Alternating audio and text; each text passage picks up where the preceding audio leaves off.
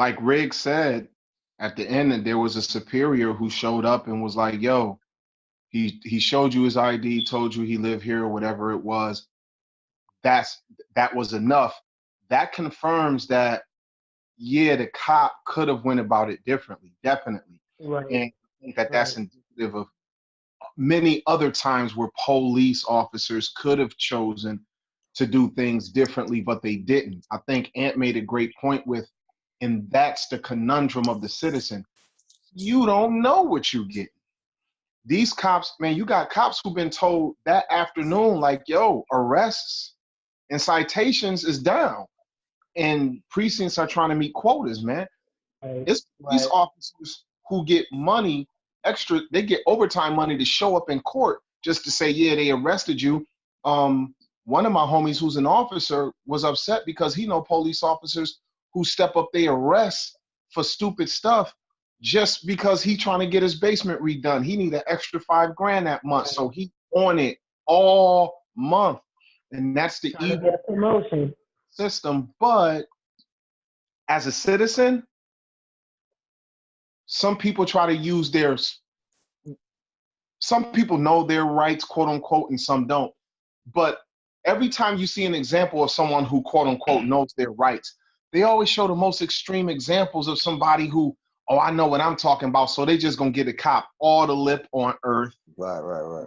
all the whatever. If I know my rights, I'm actually gonna be as calm as possible, and I'm gonna ask for the badge number and the officer's name, but I'm reading the badge and the name.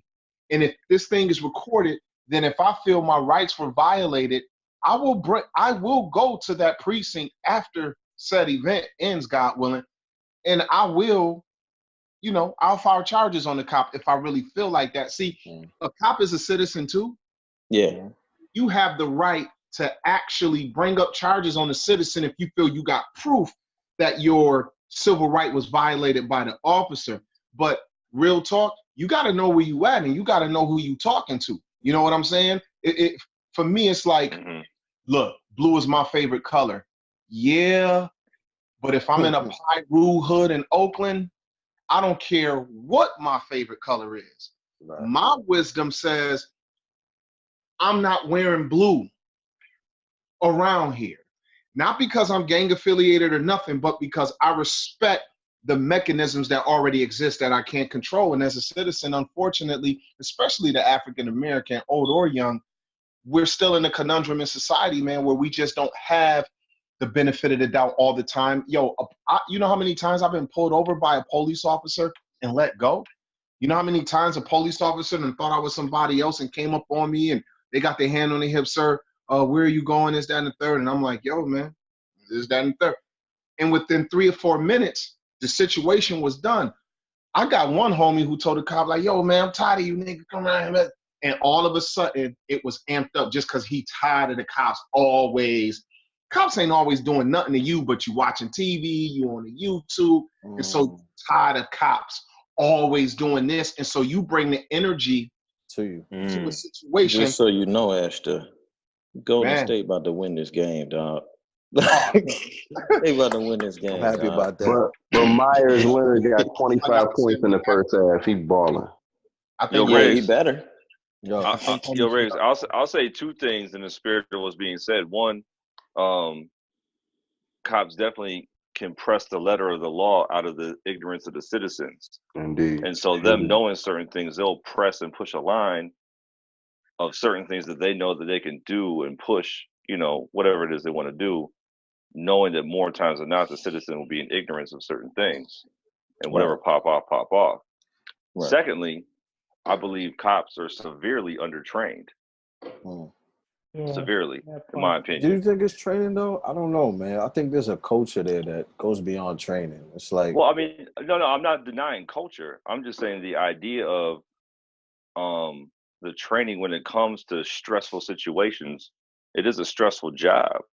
There's a lot of stress inoculated situations that you engage in. And you telling me that you take a test and you go through some weeks of training that you're good to go to handle all the pieces and the nuances, shout out to Jared Sanders, of what it means to be a cop, what it means to be a cop when it comes to those situations. And I'm just coming into more of that in realization just in my own personal training, what I do to take on my own personal self. Dr. Zaydok knows about that. He's been around a little bit. Well, and so, Well, let's keep it a bean though. Let's keep it a bean though, right?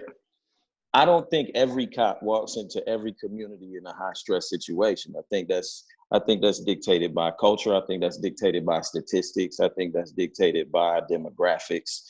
I think that's dictated by population. So in Buffalo, yeah, it might be a little more high stress of a situation than it is in Brick, New Jersey. You know what I'm saying? A lot of them cops might be happy to go to work because it might be the safest city in New Jersey. I think what ends up happening though, and that's why, like, there is culpability on the officer to understand how to police themselves in that situation. But I think that there's also, more importantly, a responsibility that the citizen has to their own person in these situations. Like, because you don't know what you're going to get. Like, you have no idea. Like, you may get a cop that's super nice and you respond so irrationally that you make that super nice cop look like a butthole. Like, sir, can I see your license? That's all I'm trying to see. You got something with your address on it? Nah, man, your cops keep harassing. And it's like, oh, hold up. Like, you're gonna make Mr. Rogers look like he about to swallow your head up with his nightstick if you don't calm down. Like, so your position is warranted, Rigz. I'm not gonna say your position is not warranted. It's just dangerous. I get it. I just don't like bullies, man. And it comes off as bullying to me, man. What it is. And like, and even outside of that, like, it's not a bully. Like, and outside of that, for the most part, nobody made you be a cop.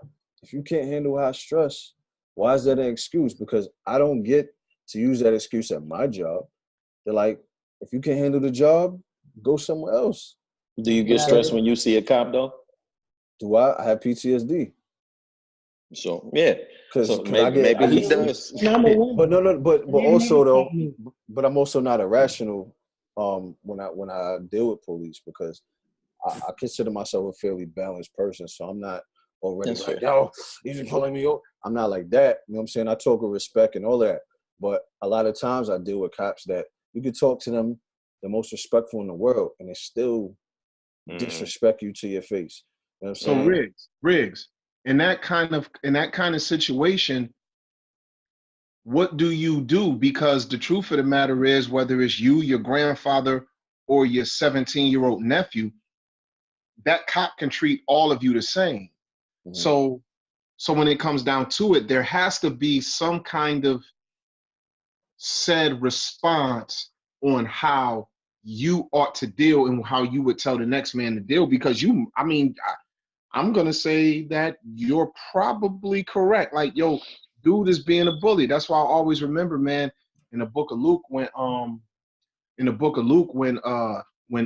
the soldiers came to be baptized by John the Baptist, and he said, repent. And they said, well, what do we do? That man said, be content with your wages. Don't do violence to the people, and don't bear false witness.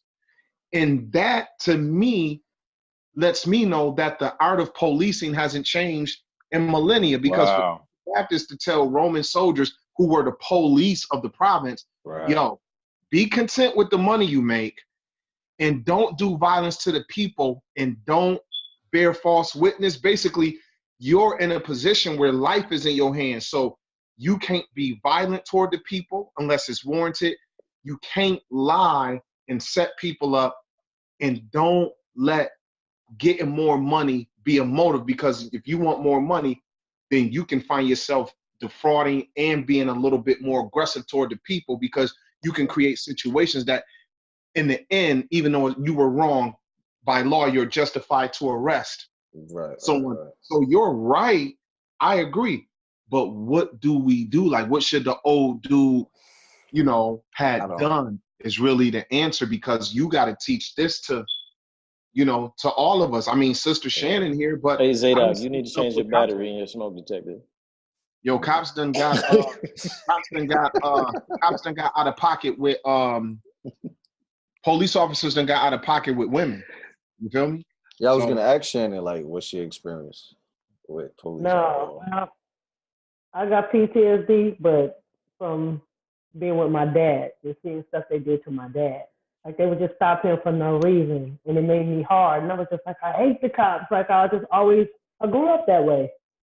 So like becoming a Christian and reading the Bible, which I know you don't agree with me, but I think that calmed me down a lot and made me like pump my brakes. Like it depends on how I got to worry about myself and how I'm going to react. I can't just think about what happened in the past and treat every other cop that same way how they treated my dad, because that was years ago. Like they're not even the same person. Right. So I had to get over myself and realize that it's on me. No matter what anybody does to me, I'm being judged on how I respond and on what I do. So I try to think about it that way and come at it from that way. Yeah. But we were talking about all the different types of privilege. I definitely have women's privilege. They don't stop me. And I'm not gonna lie, it's been times I got a red car. It's times where I be speeding. I'm being honest, and I've never gotten stopped. They see my kids in the car, they see me. It's times where I was on my phone and I looked up and the police was there and they did not stop me. California has a rule where you're not even supposed to be touching your car. And they stopped me, they kept rolling.